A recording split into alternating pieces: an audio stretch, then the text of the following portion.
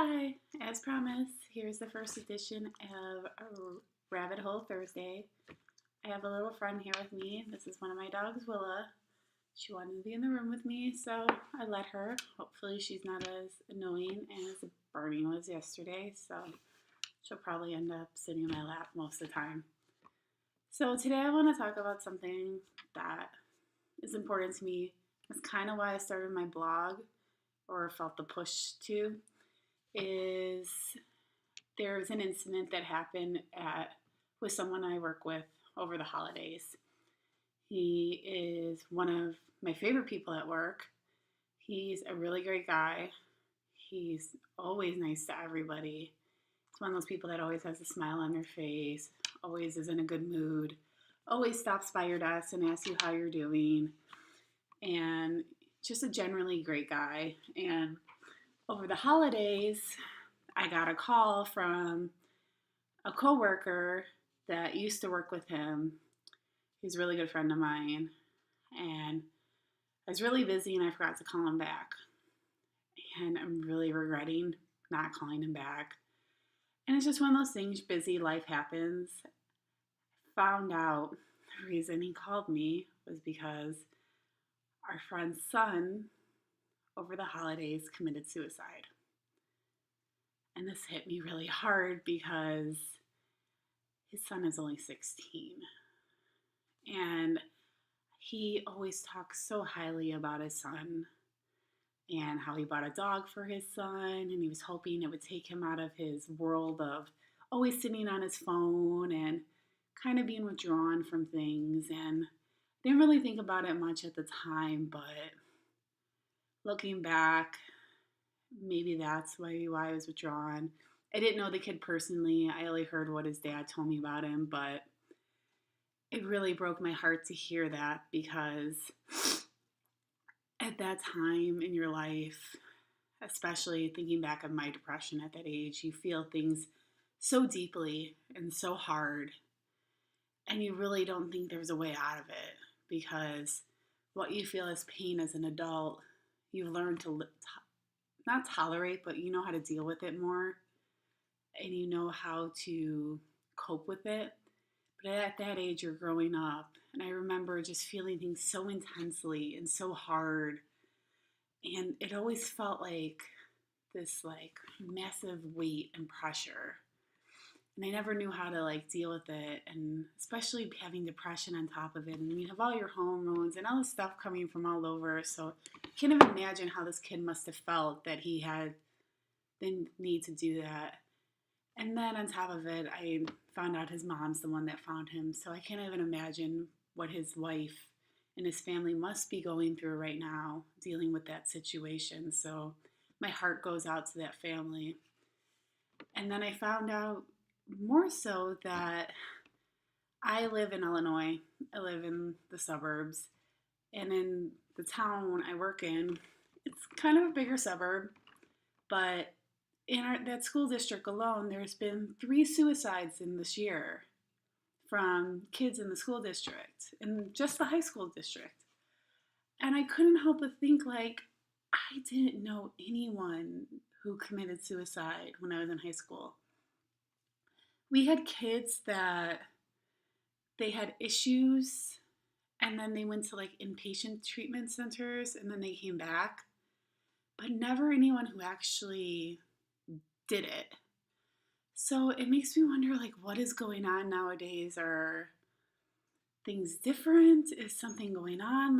What is the issue now that this is happening in our world? That are we just becoming blind to what's going on around us? So I did a project recently in my Toastmasters group. If you don't know what Toastmasters is, it's a group where you learn to publicly speak, which is kind of why I feel a little comfortable doing this now than I ever did in the past. But according to NAMI, which is the National Alliance for Mental Health Awareness, I guess nowadays children between 13 and 18 have a serious mental illness.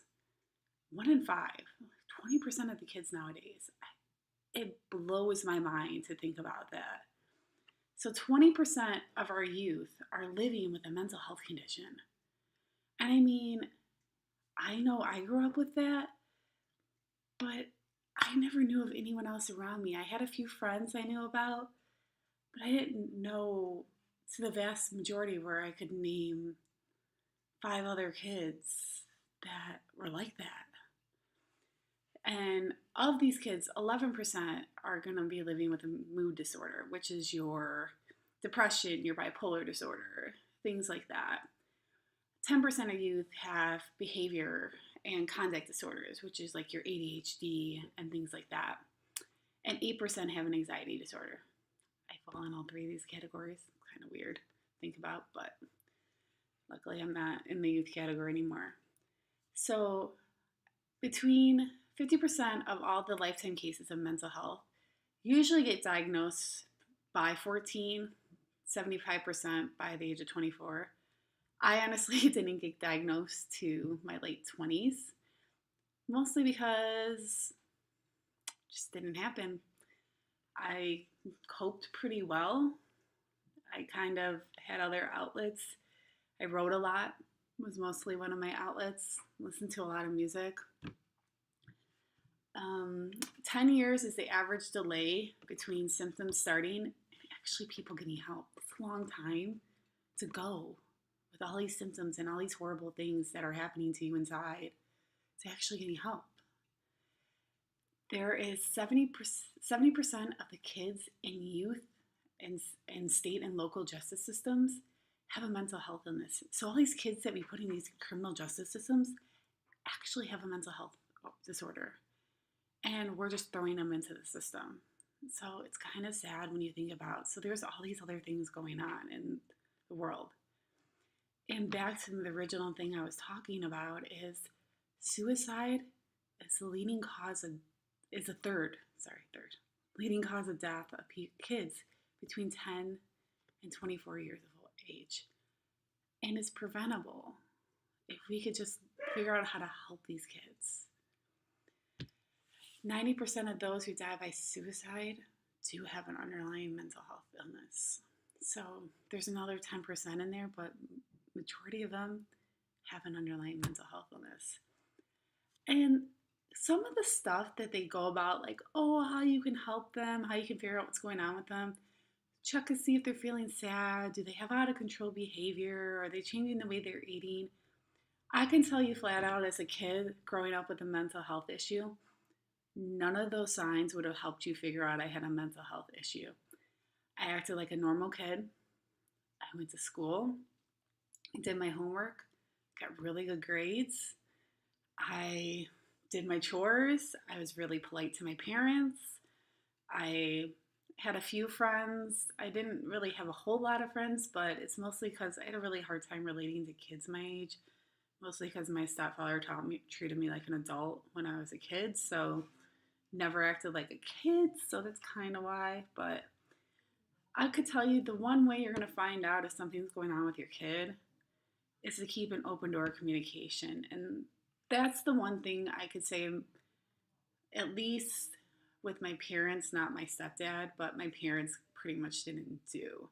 There was really not an open door of communication. They really did not understand how I felt, really didn't understand what was going on, really didn't get what I was talking about. They thought I was just sad. You're just not okay. Like, go take a nap, go for a walk, go outside, you'll feel better. Like, that's not the answer. Like, I've been feeling this way forever. Like, that's not the answer. So you kind of just have to keep an open door of communication and let them talk and just listen. That's all you have to do is listen. And that's kind of what my stepfather did for me. And I think that's why I went okay for so long without having treatment or anything, because he would let me do that. I would just talk and he would just listen. And I would tell him all the things I was feeling and tell him everything that was going on inside. And he didn't make me feel like I was crazy. He would say, because he had a mental health, he was bipolar, so it kind of helped that I had someone around that was like that. But I could tell you, parents out there, that might be having kids that are struggling and you might not know, that's the best thing you can do is just listen. Just let them talk to you. And maybe you can prevent something like this that happened to my friend, because I can't imagine how they're going to go forward right now from this. I really feel for him. I really can't imagine what they're going to do.